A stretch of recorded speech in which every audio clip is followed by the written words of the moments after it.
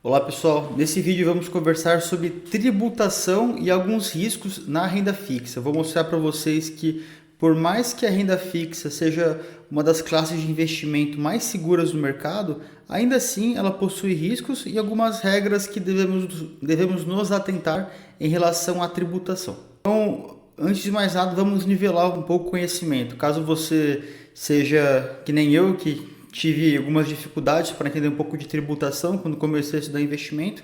Então esse slide acho que vai dar uma ajudada a nivelar um pouco, tá? Então, todo investimento, ele tem dois lados, tá? O primeiro deles é a parte boa, que é a remuneração que a gente tem com o investimento, é quanto que a gente ganha de fato com ele, seja na valorização do título ou da ação, enfim, ou mesmo os dividendos, os rendimentos que nós ganhamos.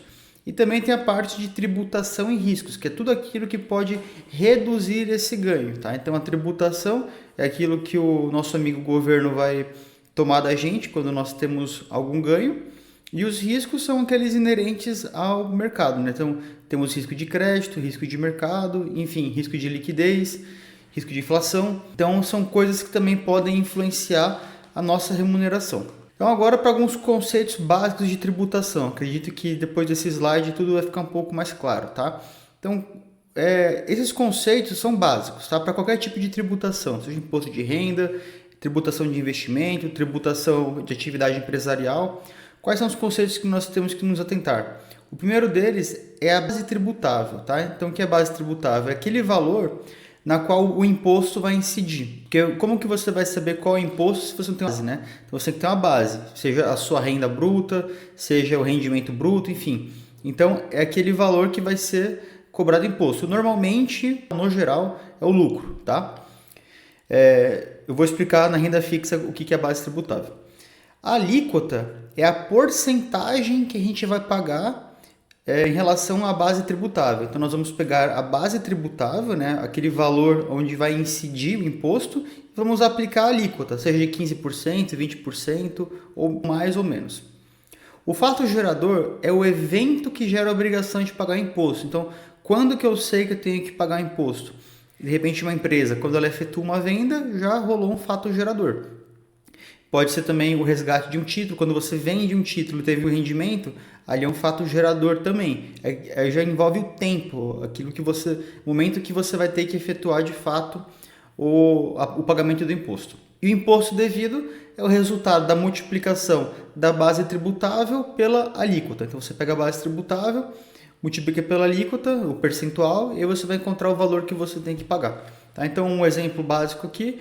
Pensei em uma pessoa que aplicou R$1.000 e ela resgatou R$1.100. Ela teve R$100 de lucro, tá? Então, no caso da renda fixa, nós vamos ver que é só sobre os rendimentos que nós pagamos imposto.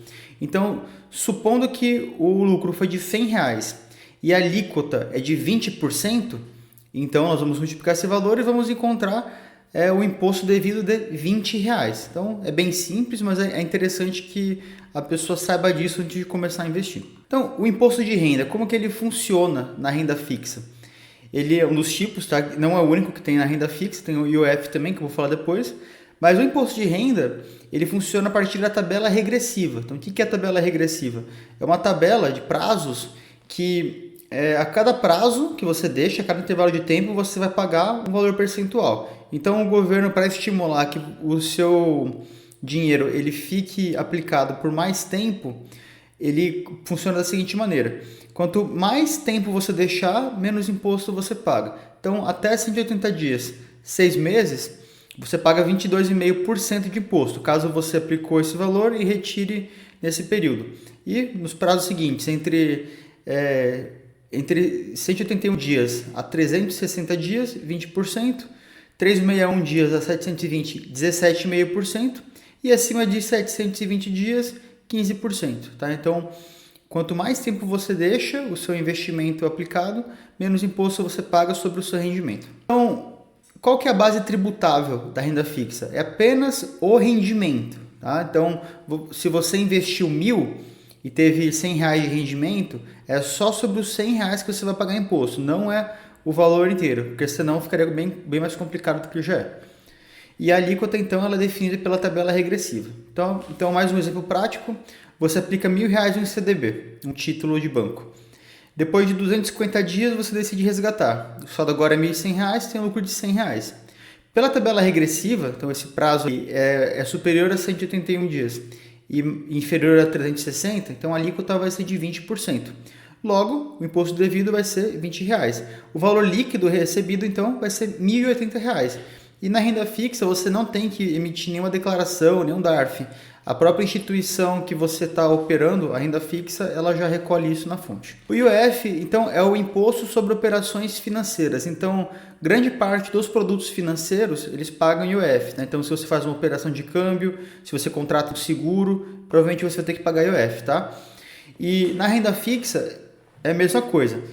Contudo, por mais que existem alguns investimentos, por exemplo, alguns CDB de alguns bancos, cujo rendimento você só vai receber a partir de 30 dias, ele acaba na prática sendo isento, tá? Mas se você, de repente, pega uma renda fixa com um rendimento diário, você aplicou e retirou em menos de 30 dias, você vai pagar IOF. Tem a tabela específica lá, confesso que é um imposto bem alto, mas se você deixa acima de 30 dias, aí você não paga imposto nenhum. E temos também alguns investimentos de renda fixa que são isentos de imposto de renda, pelo menos por enquanto, que são as letras de crédito imobiliário e do agronegócio, os LCI e LCA, que haverá um vídeo específico para eles. Então, eles são isentos para a pessoa física. Quando é pessoa jurídica, a regra pode acabar mudando.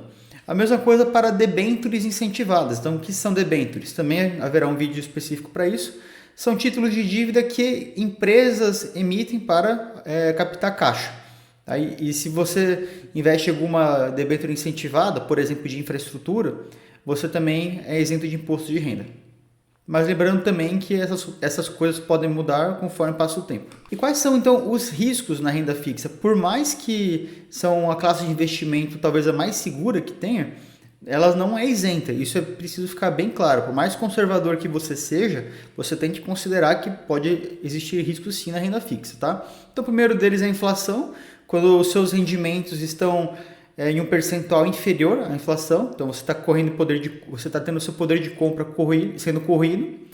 Liquidez, porque dependendo do título que você adquire, pode ser que a liquidez não seja imediata. Alguns títulos, como o Tesouro Selic, eles oferecem liquidez diária, mas nem todos têm, tá?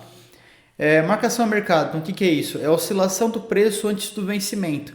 Se você quer vender o título antes do vencimento, provavelmente você não vai receber 100% do valor, tá?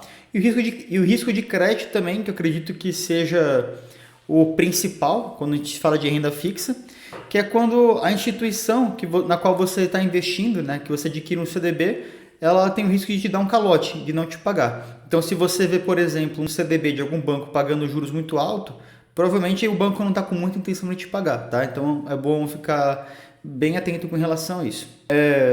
Sobre o risco de crédito, o pessoal também acha que, por ser um título soberano, né, então um título emitido por um país, que não tem risco de crédito. Mas eu separei esse slide aqui até para mostrar alguns exemplos. O Brasil, nos anos 80, aconteceu de não pagar alguns valores em título que deveria ser feito. A Argentina, mais recentemente, no ano de 2020, devido à sua crise de inflação que teve lá, ela também deu calote. E a Grécia, também, um país europeu, também deu calote no ano de 2012. A Grécia, no caso, ela foi se complicando muito depois de 2008, por conta da crise do subprime nos Estados Unidos. Mas eu coloquei esses exemplos aqui só para vocês verem que mesmo países têm risco, tá? Não é porque é um título de país que é 100% seguro. Não, pode ser mais seguro que um banco? Acredito que sim, mas não é 100% isento de risco, tá? Então, concluindo esse vídeo, os 3 tópicos principais. A renda fixa é a forma mais simples e acessível de investir, sim, isso é verdade. Ela não é isenta de custos, porque tem tributação com imposto de renda e dependendo do caso pode ser que tenha que pagar IOF com algumas regras específicas e também não é livre de riscos, tá? Como eu comentei, risco de inflação, crédito, liquidez ou mesmo marcação a mercado podem afetar seus resultados, tá bom? Então, caso tenha ficado alguma dúvida, queira entrar em contato, trocar uma ideia, o QR Code está na tela e nos vemos no próximo vídeo. Muito obrigado.